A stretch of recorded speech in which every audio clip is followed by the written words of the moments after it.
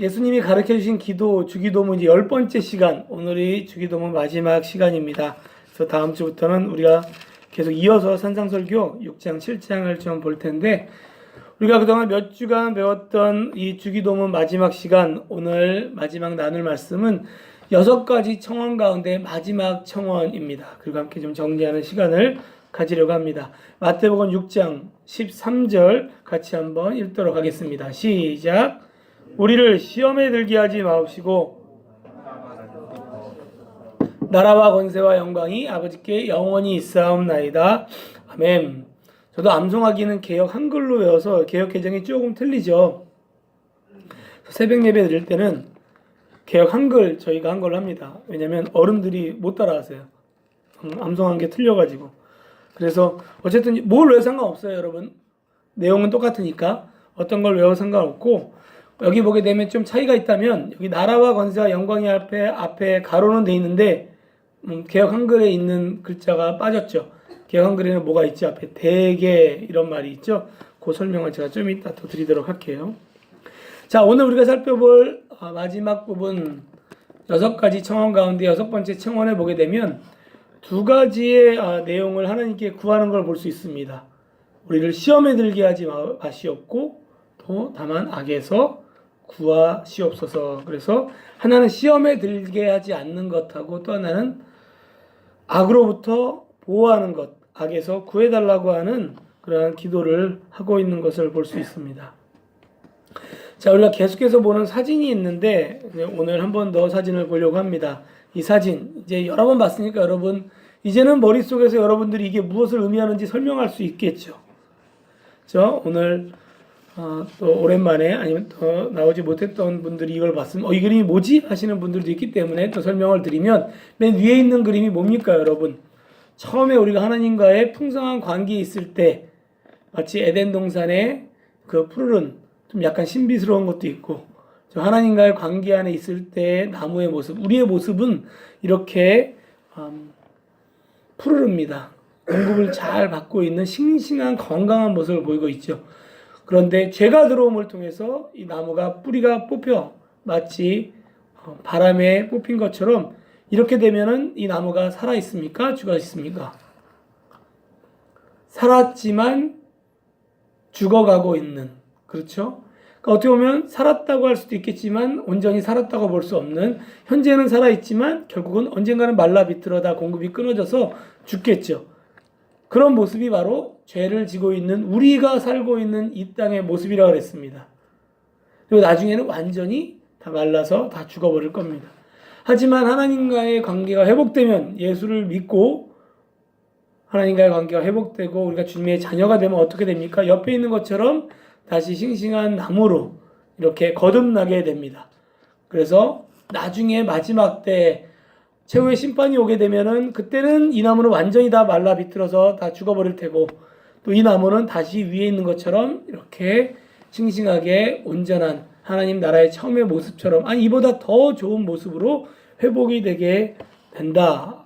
그래서 요 안에 창세기 1장부터 계시록 22장까지 내용이 다 담겨 있다라고 여러분들에게 말씀드렸어요. 자, 우리를 위한 새 청원. 자, 우리가 분명히 지금 이렇게 회복되는데도 불구하고 하나님 앞에 우리가 이 주기도문을 올려야 되는 이유 중에 하나는 현재 우리가 살고 있는 곳이 어디입니까? 바로 이 땅 가운데 이렇게 끊어진 곳에 살고 있기 때문에 우리는 회복되었지만 이 세상은 여전히 회복되지 않은 세상 가운데 우리는 두 나라를 왔다 갔다 거리면서 살아가는 두 나라의 국민으로 살아간다고 했습니다. 그래서 우리에게 주기도문이 필요합니다. 우리는 하나님의 백성이지만 여전히 세상 가운데 하나님의 백성이 살고 있지 않은 우리의 과거의 모습대로 살아가는 곳에서 살아가야 되기 때문에 우리가 그곳에서 우리의 사명을 가지고 우리와 같은 모습으로 회복시키는 그런 일들을 감당하고 있기 때문에 현재 우리에게는 갈등이 있어요. 그래서 에덴 동산에 있을 때는 갈등이 있을까요? 없을까요? 갈등이 없습니다. 천국에 가면 여러분 갈등이 있을까요? 없을까요? 갈등이 없습니다. 하지만 이 땅에 살면 갈등이 있습니까? 갈등이 있습니다. 세상에 나가면 우리 가운데 부딪힘이 생기는 거예요. 이걸 뭐라 그러죠? 영적 전쟁, 영적 전투라 그랬죠. 자, 오늘 우리가 읽었던 이 마지막 육청원, 우리를 시험에 들게 하지 마시옵고 다만 악에서 구하시옵소서. 여러분, 우리가 영원한 하나님 나라, 우리가 천국에 가게 되면 이 기도가 필요할까요? 필요하지 않을까요? 여러분, 이러한 기도 여러분 하나님 앞에서 올릴 필요 있을까요? 여러분, 천국 가가지고 하나님 시험에 들게 하지 않게 해주세요 라고 하는 기도를 할까요? 안 할까요? 할 필요 없습니다, 여러분. 왜냐하면 하나님과 온전한 관계 속에 있기 때문에 우리가 더 이상 시험 들 일이 없어요. 우리가 악으로부터 구해달라는 기도를 할 필요가 있을까 없을까? 할 필요가 없습니다. 우리가 이 기도를 하는 이유는 이 땅 가운데 있기 때문에 그렇습니다. 영적인 갈등이 있기 때문에 그런 겁니다. 이것은 이 땅에서만 겪는 과정입니다. 그래도 우리가 감사한 건 뭘까요? 여러분들이 세상에 나가서 양심 가운데 여러분들이 갈등이 있다는 것, 뭔가 나 이렇게 살면 안 되는데 뭔가 내가 잘하고 있는 거야 라는 갈등이 있다는 거는 여러분이 지금 현재 살아있다는 증거예요. 여러분이 현재 지금 저렇게 온전한 나무가 되어서 하나님과의 관계 안에 있다는 증거입니다. 여러분들 저도 예수 믿기 전의 삶을 생각해 보면 또 여러분들도 만약에 뭐 모태 신앙인 분들은 그래도 이러한 시간들을 갖는 이들이 덜하겠지만 예수를 좀 늦게 믿은 분들은 여러분들이 과거와 현재가 분명하기 때문에 아마 이러한 갈등이 뭔지를 정확하게 알 거예요. 여러분, 세상에 있는 사람은 갈등을 할까요? 하지 않을까요? 세상에서도 물론 갈등하겠죠. 세상의 갈등은 좀 다른 갈등이죠. 하지만 세상에 있는 사람들이 뭐 영적으로 내가 지금 현재 양심의 부딪힘이라든지 뭐 하나님의 말씀 가운데 갈등이라든지 뭐 이런 갈등을 할까요? 안 할까요? 하지 않아요. 왜냐하면 그들은 이렇게 뿌리 뽑혀서 죽어가고 있기 때문에 갈등이 뭔지를 모릅니다. 그런데 이렇게 바뀌면 갈등이 시작돼요. 하나님의 말씀을 들으면 들을 때는 감사한데 세상에 나가면 부딪히는 거죠. 그래서 죽은 자는 말이 없습니다. 영적으로 죽어 있는 자는 말이 없어요. 갈등이 없지만 우리는 살아있기 때문에 갈등이 있습니다. 그래서 여러분이 갈등이 있다면 살아있다라고 감사하시기를 바랍니다. 하지만 여러분 거기서 멈추면 안 되죠. 우리가 그 갈등을 어떻게 해야 됩니까? 이겨야 되죠. 극복해야 되죠. 오늘 그 말씀을 좀 나누려고 합니다. 자, 이 갈등을 일으키는 원인에 대해서 오늘 성경 본문을 말하고 있는데 뭡니까? 바로 시험이라는 단어가 나옵니다. 자, 여러분 성경에는 시험이라는 단어가 우리말로는 한 번이 사용되는데 성경에는 두 개의 단어로 표현이 됩니다. 두 개의 뜻이 있어요. 한 가지는 뭐죠? 한 가지는 말 그대로 시험이에요. 테스트하는 거. 두 번째는 영어로는 temptation, 뭐죠? 유혹이라는 단어로 사용이 됩니다.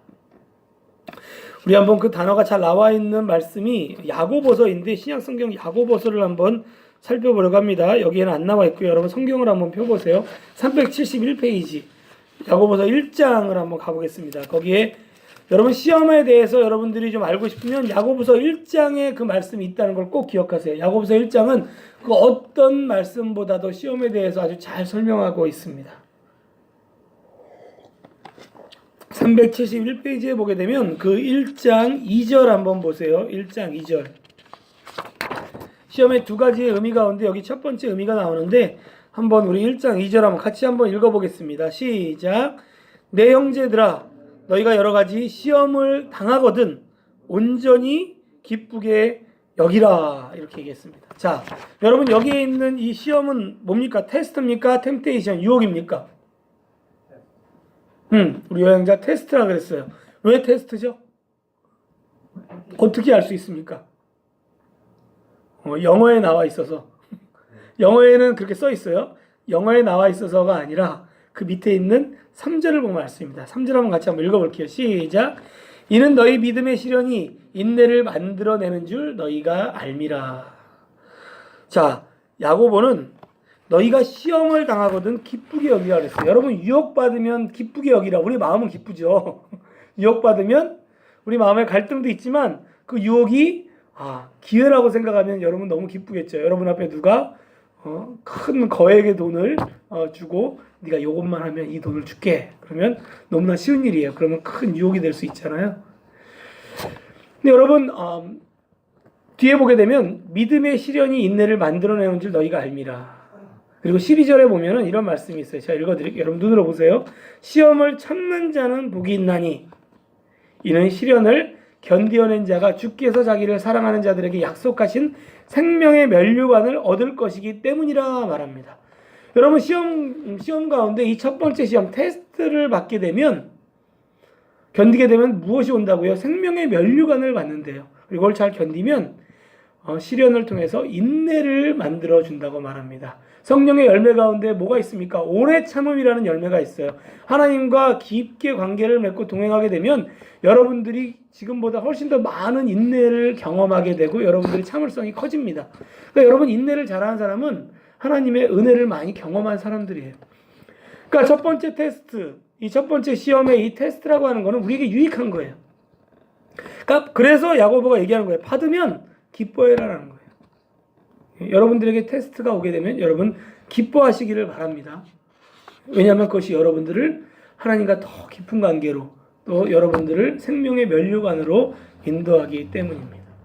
그럼 두 번째 시험이라고 나와 있는 그 템테이션, 그 유혹을 한번 보도록 하겠습니다. 그 밑에 나와 있어요. 14절과 15절을 한번 보세요. 14절과 15절, 야고보서 1장 14절 15절 한번 같이 한번 읽어보겠습니다. 시작. 오직 각 사람이 시험을 받는 것은 때문이 욕심이 잉태한 즉 죄를 낳고 죄가 장성한 즉 사망을 낳느니라 이렇게 말합니다. 자, 여기에 나오는 시험은 뭡니까? 여기에 나오는 시험은 테스트가 아니에요. 그렇죠? 여기에 나오는 시험은 욕심에 이끌려서 미혹되는 것이다. 유혹받는 것이다 라고 말합니다. 자, 그러면서 뭐라고 하죠? 그 시험 같은 경우는 욕심에 이끌려서 미혹되는데 그 욕심이 잉태, 여러분 엄마가 아이를 잉태하면은 점점 커져서 이제 아기 형상이 되잖아요. 처음에는 아무런 형상이 안 보이다가 그런 것처럼 욕심이 점점 자라나서 뭘로 자란다고 합니까? 죄를 낳는데요. 그렇죠? 그러니까 죄의 출발은 욕심이라는 거예요. 그래서 아담이 처음에 죄를 짓기 전에, 하와가 죄를 짓기 전에 그 마음 가운데 무엇이 들어온 겁니까? 유혹을 받고 욕심이 생긴 거예요. 어떤 욕심? 내가 하나님처럼 되고 싶은 욕심. 너 이거 먹으면 하나님처럼 될 수 있어 라고 뱀이 유혹하잖아요. 그래서 그 결과 어떻게 됩니까? 죄를 낳게 되고 그 대가로 뭘 받죠? 사망, 죽음에 이르게 된다는 겁니다. 그렇기 때문에 유혹은 받으면 받을수록 우리에게 어떻게 됩니까? 우리를 죄로 인도하고 사망으로 인도하겠죠. 시험은 받으면 받을수록 기쁘게 여겨야 되지만 유혹은 받으면 받을수록 우리가 기쁘게 여기면 됩니까? 안 됩니까? 안 됩니다. 유혹은 우리가 기쁘게 여기면 안 되고 이겨내야 됩니다. 어떻게 이길 수 있는지는 좀 이따가 말씀드릴게요. 자, 그래서 여러분 우리가 시험인지 유혹인지를 잘 분별할 수 있어야 됩니다. 하나님은 우리 가운데 시험을 하세요. 테스트를 하십니다. 성경에 여러 구절에 테스트를 하는 내용이 나오는데 그 중에 뭐 몇 가지만 여러분들하고 좀 살펴보려고 합니다. 제가 얼마 전에도 여러분 일용할 양식할 때 말씀드렸던 만나 사건 기억나세요?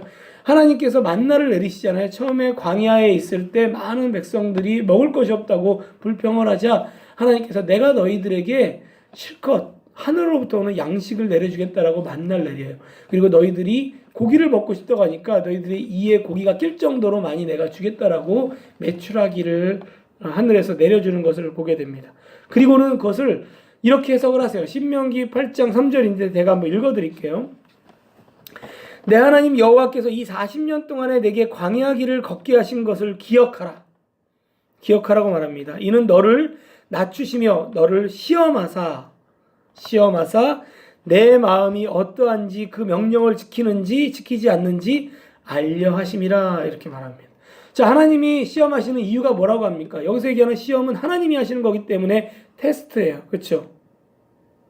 왜냐하면 하나님은 테스트를 하시면 하나님은 유혹을 하지 않으세요. 그리고 야고보서 1장 13절 우리가 좀 전에 읽을 때 하나님께 유혹받는다고 말하지 말라고 얘기합니다. 하나님은 절대로 유혹하지 않으세요. 하나님은 하지만 테스트는 하십니다. 그 이유가 뭡니까? 네가 제대로 하나님 말씀을 지키는지 안 지키는지 확인하려고 그런다고 합니다. 그래서 이스라엘 백성은 그 시험을 받았습니다. 테스트를 받았어요.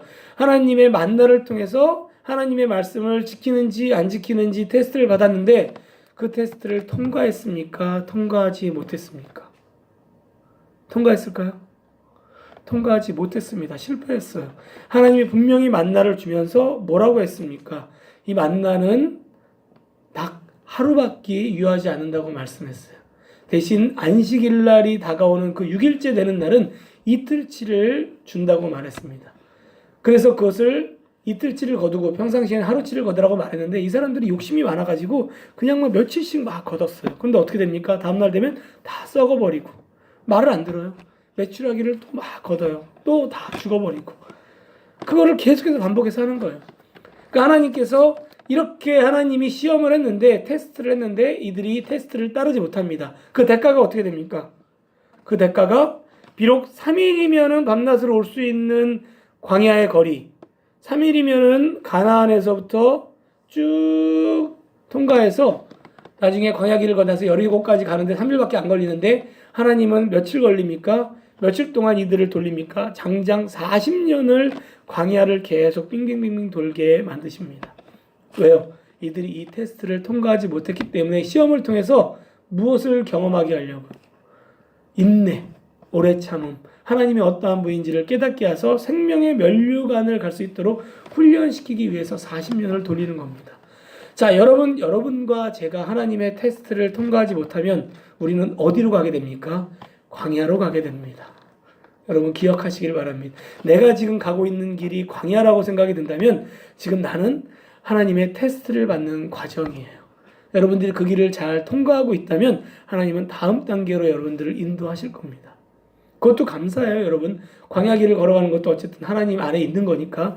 하지만 여러분이 빨리 그 길을 걸어가고 싶으면 빨리 그 테스트를 통과해야 됩니다. 어떻게? 순종하면 되겠죠. 그 방법은 좀 이따가 또 얘기하도록 할게요. 자, 두 번째 테스트에 나오는 장면은 이삭을 바치는 아브라함의 사건에서 볼 수 있어요. 창세기 22장 여러분들 많이 들었던 사건인데 거기 보게 되면 창세기 22장에서 아브라함이 이제 얼마나 귀합니까?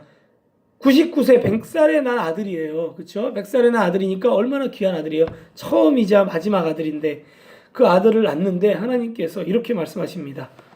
하나님이 아브라함을 시험하시려고 그를 부르시되 그를 불러서 아브라함 하시니 그가 이르되 내가 여기 있나이다. 여호와께서 이르시되 내 아들 내 사랑하는 독자 이삭을 데리고 모리아 땅으로 가서 내가 내게 일러준 한 산 거기서 그를 번제로 드리라 라고 말합니다. 여러분 번제는 뭔지 아십니까?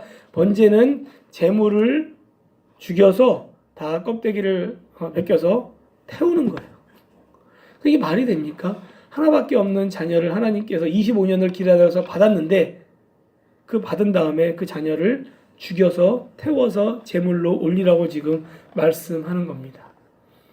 여러분이 아브라함이 이 이삭을 바치라고 하는 이 하나님의 시험을 통과했을까요? 통과하지 않았을까요? 여러분 결과를 알지 않습니까? 모릅니까? 결과는 이렇습니다. 통과했습니다. 딱 잡으려고 하는 순간에 하나님께서 이렇게 말씀하세요. 22장 12절에서 사자가 이르시되 그 아이에게 네 손을 대지 말라. 그에게 아무 일도 하지 말라. 내가 내 아들 내 독자까지도 내게 아끼지 아니하였으니 내가 이제야 내가 하나님을 경외하는 줄을 아노라 라고 이렇게 말씀하세요. 그러니까 하나님께서는 이삭을 바치는지를 시험을 딱 해보시고 딱 죽이려는 순간에 천사를 보내셔서 멈추게 하시고 하나님께서 예비하신 다른 제물, 양을 거기에 준비해 놓으십니다. 그것이 바로 여호와 이레 준비하시는 하나님이라는 말씀에 나오는 그 근원이에요.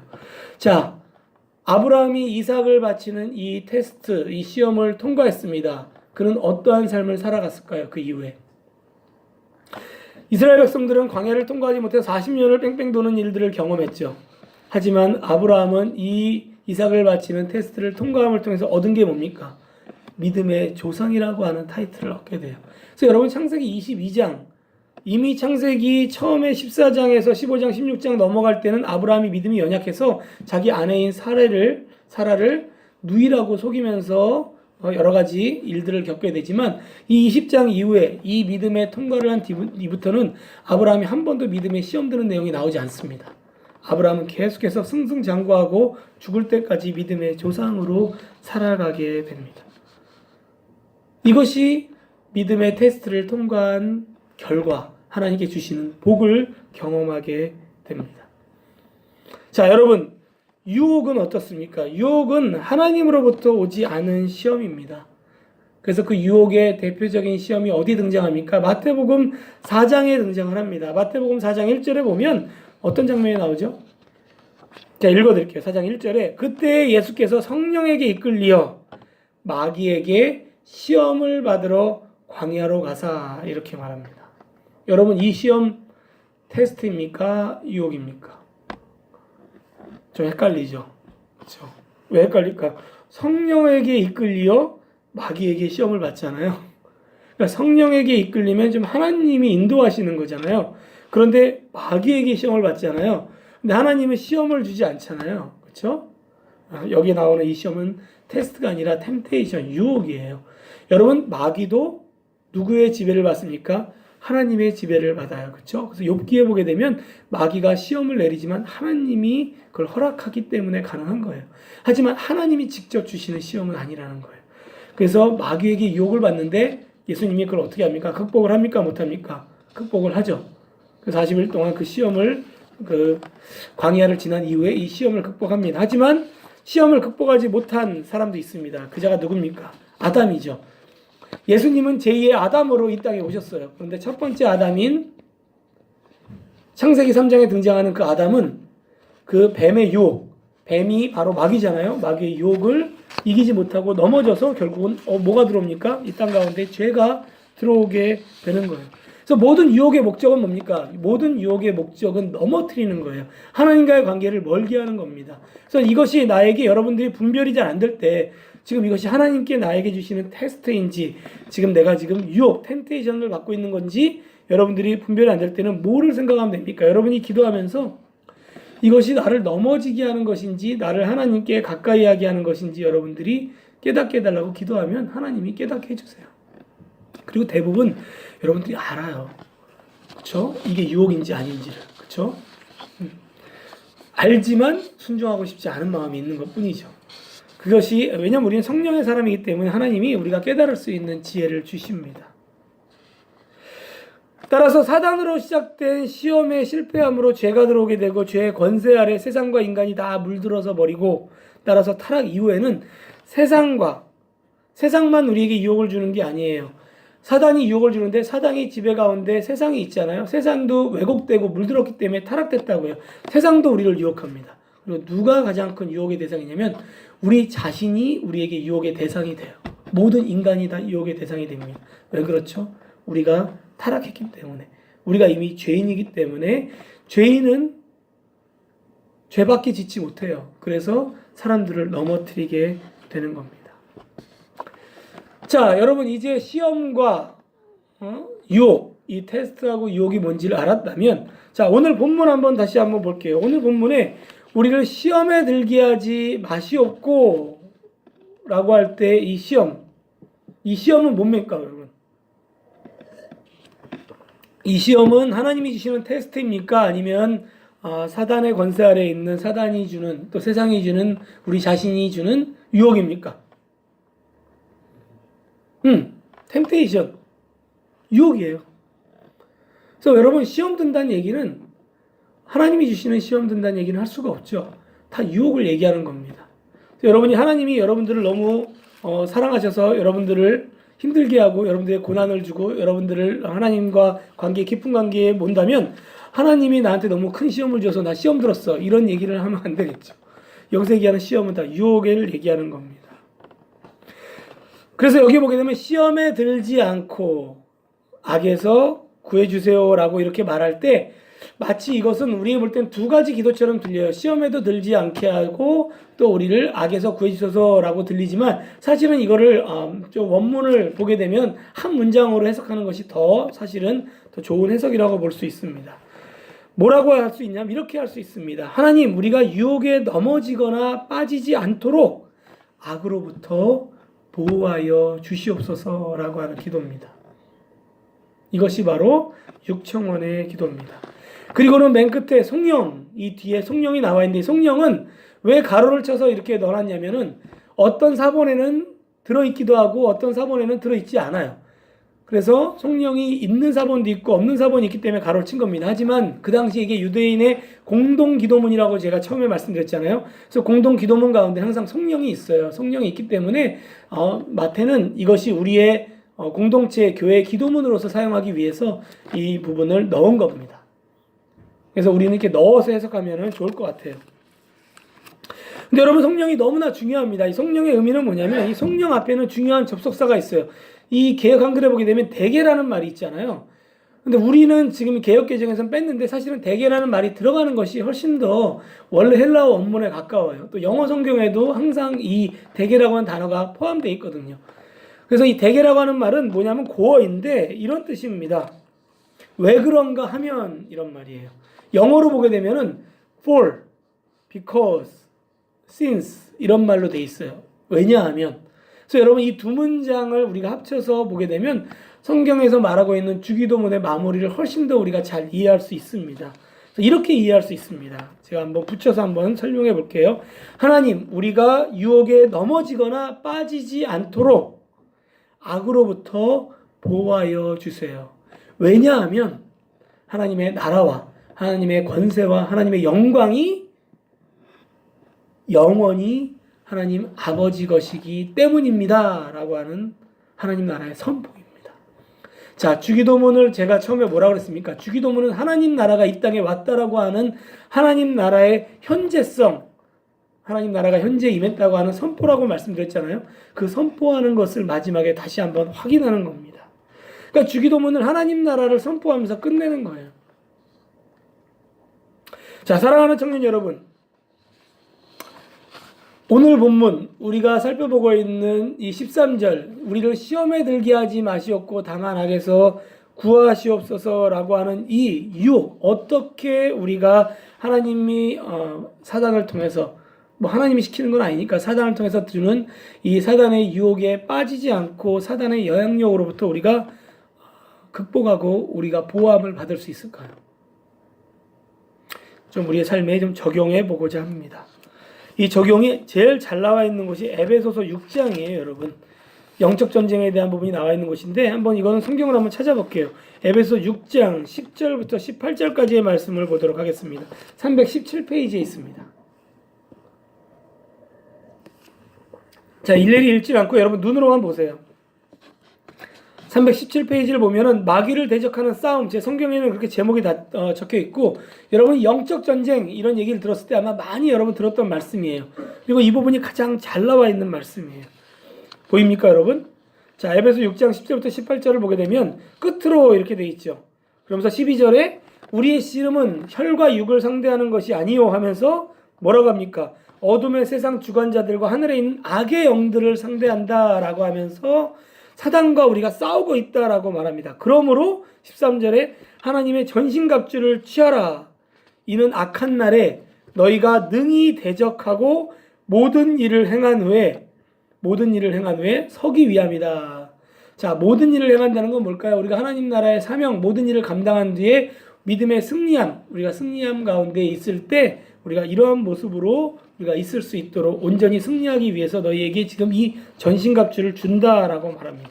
그리고는 그 전신갑주가 쭉 나와요. 진리, 뭐 의의 호심경, 평안의 복음, 믿음의 방패 쭉 나오는데 그걸 그림으로 보여주면 이렇습니다. 사진 한번 띄워주시겠어요?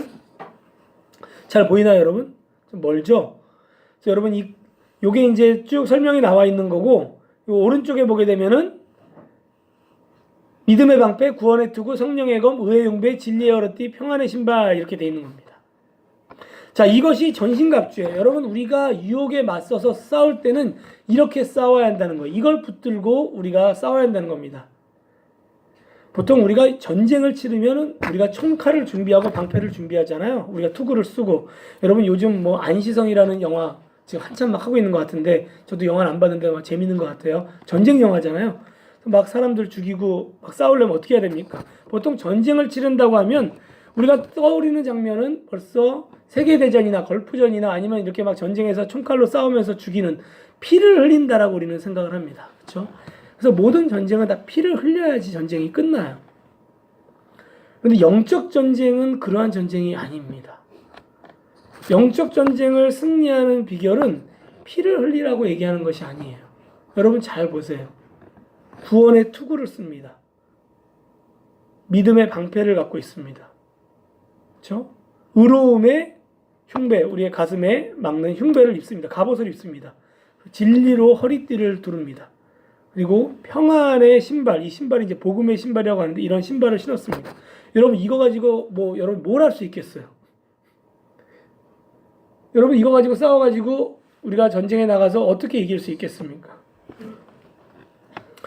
영적 전쟁에서 승리하는 비결은 복음의 진리를 가지고 구원의 확신을 가지고 진리를 실천하고 의를 행하고 영혼 구원의 사명인 복음 전파, 우리가 계속해서 전도를 우리 교회는 많이 강조하는데 전도를 열심히 행하면서 복음의 그 평안, 화평케 하는 복음을 증거하는 것이 영적 전쟁에서 승리하는 길이라고 말하는 겁니다. 그러니까 세상에서 얘기하는 전쟁하고 완전히 틀리죠. 이 전쟁의 원동력은 뭘까요? 전쟁의 원동력, 그 힘은 바로 하나님의 사랑입니다.